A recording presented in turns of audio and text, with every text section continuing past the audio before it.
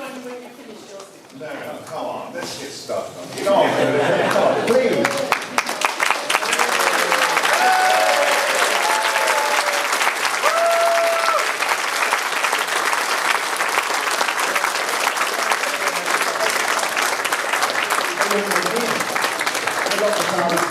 We've got our wires crossed now. Have that one. Yeah. There's a sort of comedy routine. Hello. Yeah. Do you want some water? Okay.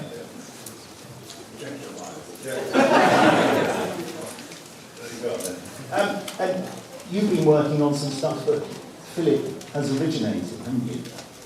Yes, I think so. That's true. The storyline is guided by you. I wrote the storylines but didn't actually script them. Mark back. That's right, yeah. And it's the. They seem very good to me, and I love doing it. It's quite near where I live. I don't travel much now. And so I'm very happy with it. Maybe it would be true, on the other hand. As I'm saying this, I think maybe it wouldn't be true. I think it's true. I don't think I've ever been happier. Because, as you know, I've never stopped being Doctor Who. And you never will. When I started being Doctor Who, because, of course, I've been playing Doctor Who for years before I got the part. So nothing much has changed, the continuity of my life. But it's still so friendly, and now I've got a website as well. I don't quite know how to access it yet, but I know something about what's on it, and that preoccupied me a little bit. And I've got a post office box, because otherwise I get mail from all over the place, and it gets sent to the Russian embassy or whatever. But now there's a box. That's perfect. Do you read it? Well, not the Russian one. No. But I mean, I do read them. I beg people not to write sometimes people write 2 or 3 pages. The people who write 2 or 3 pages have very smudgy handwriting. And this is getting down a bit, But I suffer, and because of my background, of course, there's a certain pleasure in suffering as well. But that's a long, sad story. Yes, I'm very happy. I guess we would have envisaged when, I don't know actually, when you first came in to do a big finish for you, but, it's quite a few years now, was it 2 or 3 years or something? But this time later you'd still be doing them, and we just, did you just do, say, 1 or 2 and say that's enough? No, I didn't, no, because I like, being Doctor Who is so much more interesting than being Tom Baker. And so therefore, I'm not going to give up what's interesting, am I? Just to revert to being Tom Baker, who, for all I know, whoever he is, he might be full of anxieties and really, like the average man in the street. I never want to be the average man in the street. I want to. Well, I don't mind being in the street, but I want people to laugh, and I want them to be involved in adventures. And when my first big adventure was, of course, my adventure with religion. When I was, a passionate believer in God, well, several gods actually, but that was preoccupied the first part of my life, and that got me going as maybe prepared for this kind of fantasy.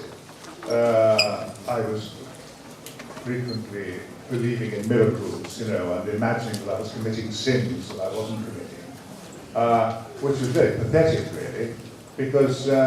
I had quite a quiet childhood apart from the German bombing. That was quite quiet, so I had to get rather inventive, because when you're a Roman Catholic, it's changed now, of course.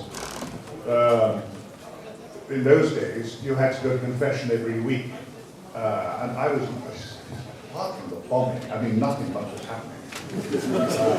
Collecting shrapnel or throwing rocks at German prisoners of war, or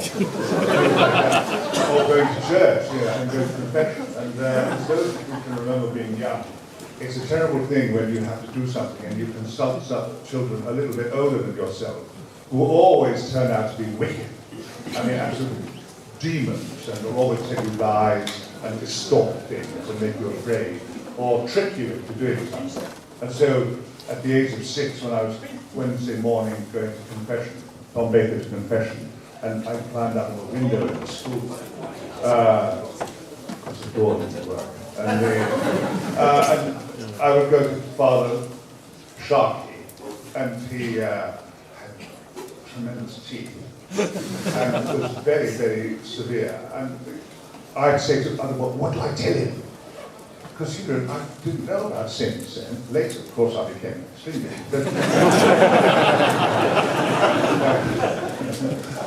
Yes. I'm not so sinful now as I used to be.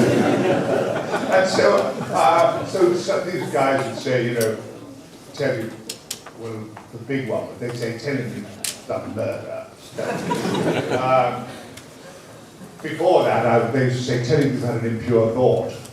And so when I said, I've had an impure thought, Father Sharkey would stuff up his cigarettes and listen, they always said all the time. They always said that on the subject of purity. They always asked you how many times. Just get them, if you could hear their rosary beads right now. So when I went in and said, it's a week since my last confession, Father, and since then he said, get on with it. I said, well, I've committed murder. And he uncrossed his legs and put his cigarette out, caps in full strength, and he put his, right against the shed, it was the grill, yeah, and he put his ear there. How many times? I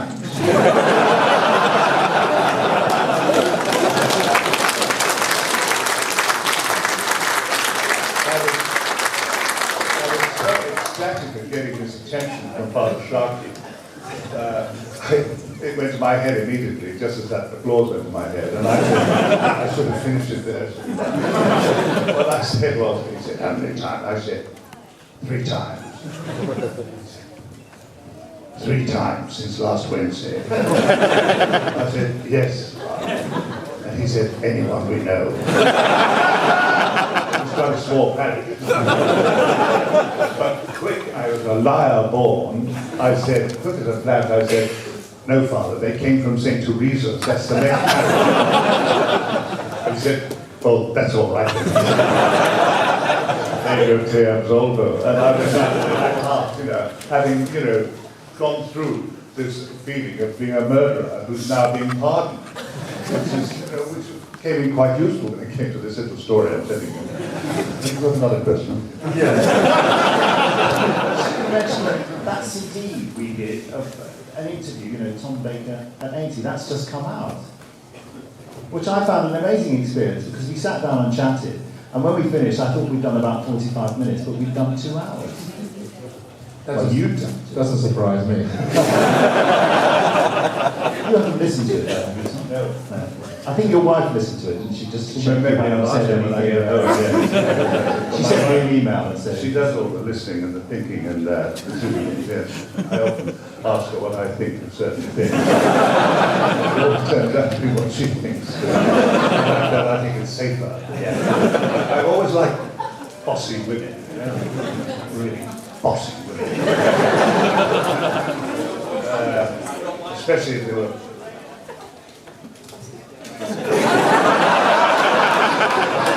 passionately bossy.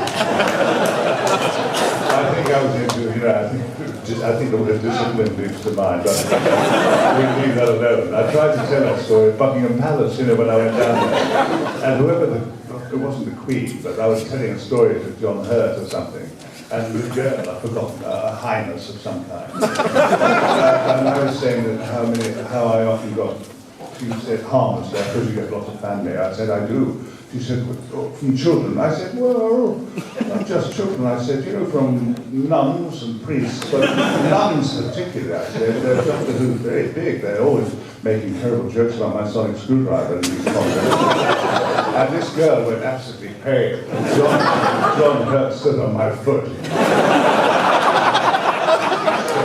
So I don't think we better go there. But because I've been carried away, I thought we were going